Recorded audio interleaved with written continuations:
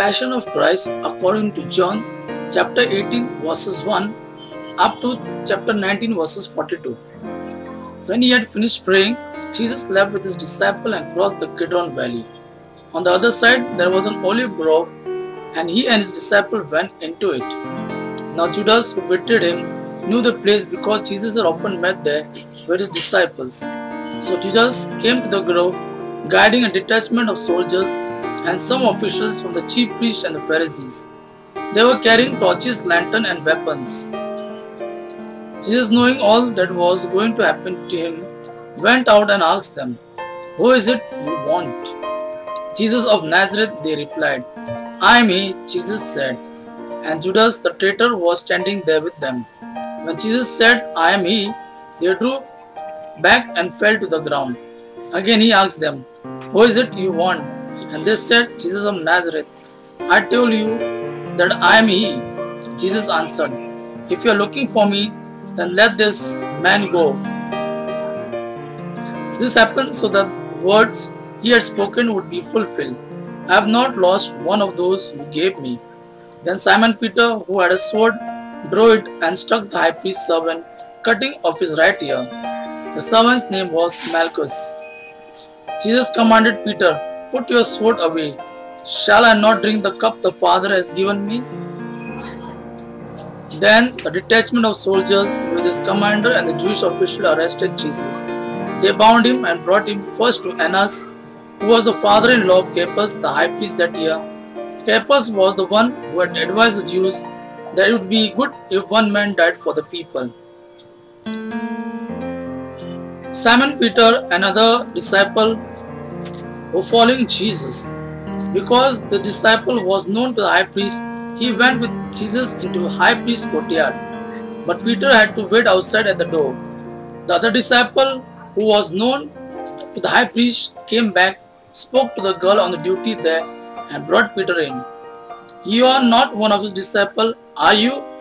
the girl at the door asked Peter. He replied, "I am not."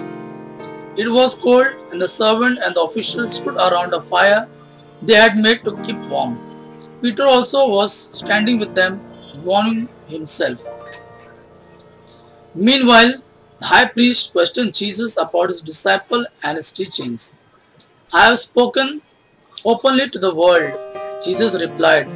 "I always taught in the synagogue or at the temple, where all the Jews came together. I said nothing in secret. Why question me? Ask those who heard me. Surely they know what I said." When Jesus said this, one of the officials nearby struck him in the face.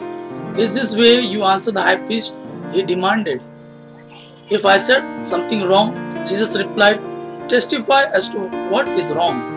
But if I spoke the truth, why did you strike me?" Then Annas sent him, still bound, to Caiaphas the high priest. As Simon Peter stood warming himself, he was asked, "You are not one of his disciples, are you?" He denied it, saying, "I am not." One of the high priest's servants, a relative of the man whose ear Peter had cut off, challenged him, "Didn't I see you with him in the olive grove?" Again Peter denied it, and at the moment a rooster began to crow. Then the Jews led Jesus from Caiaphas to the palace of the Roman governor. But by now it was early morning, and to avoid ceremonial uncleanness, the Jews did not enter the palace. They wanted to be able to eat the Passover. So Pilate came out to them and asked, "What charges are you bringing against this man?" "If he were not a criminal," they replied, "we would not have handed him over to you." Pilate said, "Take him yourself and judge him by your own law." "But we have no right to execute anyone," the Jews objected. This happened so that the word Jesus had spoken, indicating the kind of death he was going to die, would be fulfilled. Pilate then went back inside the palace, summoned Jesus and asked him, "Are you the king of the Jews?" "Is that your own idea?" Jesus asked, "or did others talk to you about me?" "Am I a Jew?" Pilate replied, "It was your people and your chief priest who handed you over to me. What is it you have done?" Jesus said, My kingdom is not of this world. If it were, my servant would fight to prevent my arrest by the Jews. But now my kingdom is from another place. You are a king? Then said Pilate. Jesus answered, You are right in saying I am a king. In fact, for this reason I was born, and for this I came into the world, to testify the truth. Everyone on the side of the truth listens to me. What is truth? Pilate asked. With this he went out again to the Jews and said, I find no basis for charge against him. But it is your custom for me to release to you one prisoner at the time of Passover. Do you want me to release the king of the Jews? They shouted back, No, not him. Give us Barabbas. Now Barabbas had taken part in the rebellion. Then Pilate took Jesus and had him flogged. The soldier twisted together a crown of thorns and put it on his head. They clothed him in a purple robe and went up to him again and again, saying, Hail, King of the Jews! And they struck him in the face. Once more Pilate came out and said to the Jews, Look, I am bringing him out to you to let you know that I find no basis for a charge against him. When Jesus came out wearing the crown of thorns and the purple robe, Pilate said to them, Here is the man. As soon as the chief priests and the officials saw him, they shouted, Crucify, crucify. But Pilate answered, You take him and crucify him. As for me, I find no basis for a charge against him. The Jews insisted, We have a law, and according to that law, he must die, because he claimed to be the Son of God. When Pilate heard this, he was even more afraid, and he went back inside the palace. Where do you come from? He asked Jesus. But Jesus gave him no answer. Do you refuse to speak to me? The Pilate said. Don't you realize I have power either to free you or to crucify you? Jesus answered, You would have no power over me if it were not given to you from above. Therefore the one who handed me over to you is guilty of a greater sin. From then on, Pilate tried to set Jesus free, but the Jews kept shouting, If you let this man go, you are no friend of Caesar. Anyone who claims to be a king opposes Caesar. When Pilate heard this, he brought Jesus out and sat down on the judge's seat at a place known as a stone pavement, which in Aramaic is Gabbatha. It was the day of preparation of Passover week, about the 6th hour. Here is your king, Pilate said to the Jews. But they shouted, Take him away, take away, crucify him. Shall I crucify your king? Pilate asked. We have no king but Caesar, the chief priest answered. Finally, Pilate handed him over to them to be crucified. So the soldier took charge of Jesus. Carrying his own cross, he went out to the place of the skull, which in Aramaic is called Golgotha. Here they crucified him, and with him 2 others, one on each side and Jesus in the middle. Pilate had a notice prepared and fastened to the cross. It read, Jesus of Nazareth, the King of the Jews.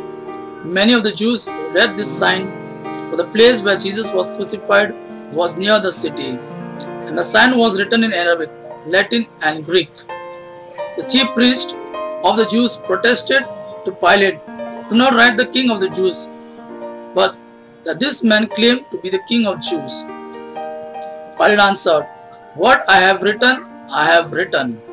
When the soldiers crucified Jesus, they took his clothes, divided them into 4 shares, one for each of them, with the undergarment remaining. This garment was seamless, woven in one piece from top to bottom. Let's not tear it, they said to one another. Let's decide by lot who will get it. This happened that the scripture might be fulfilled which said, They divided my garments among them and cast lot for my clothing. So this is what the soldiers did.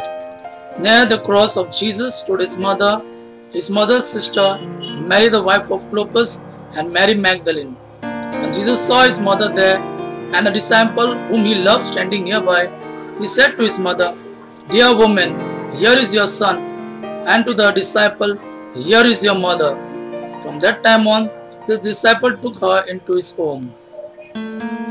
Later, knowing that all was now completed, and so that the scripture would be fulfilled, Jesus said, I am thirsty. A jar of wine vinegar was there, so they soaked a sponge in it, put the sponge on a stalk of the hyssop plant, and left it up to Jesus' lips. When he had received the drink, Jesus said, It's finished. With that, he bowed his head and gave up his spirit. Now it was the day of preparation, and the next day was to be a special Sabbath. Because the Jews did not want the bodies left on the crosses during the Sabbath, they asked Pilate to have the legs broken and the bodies taken down. The soldiers therefore came and broke the legs of the first man who had been crucified with Jesus, and then those of the other. But when they came to Jesus and found that he was already dead, they did not break his legs. Instead, one of the soldiers pierced Jesus' side with a spear, bringing a sudden flow of blood and water.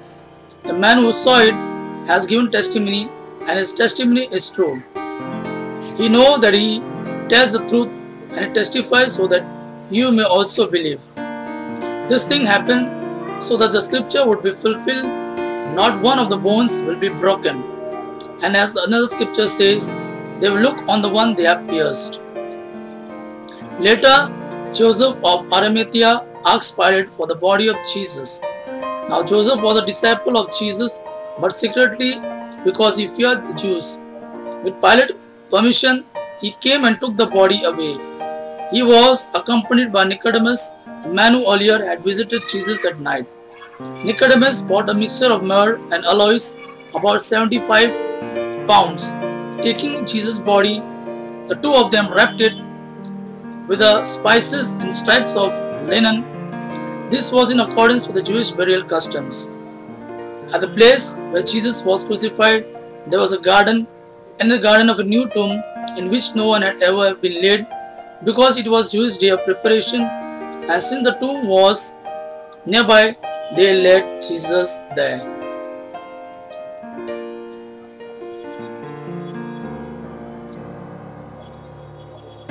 This is the passion of our Christ according to John.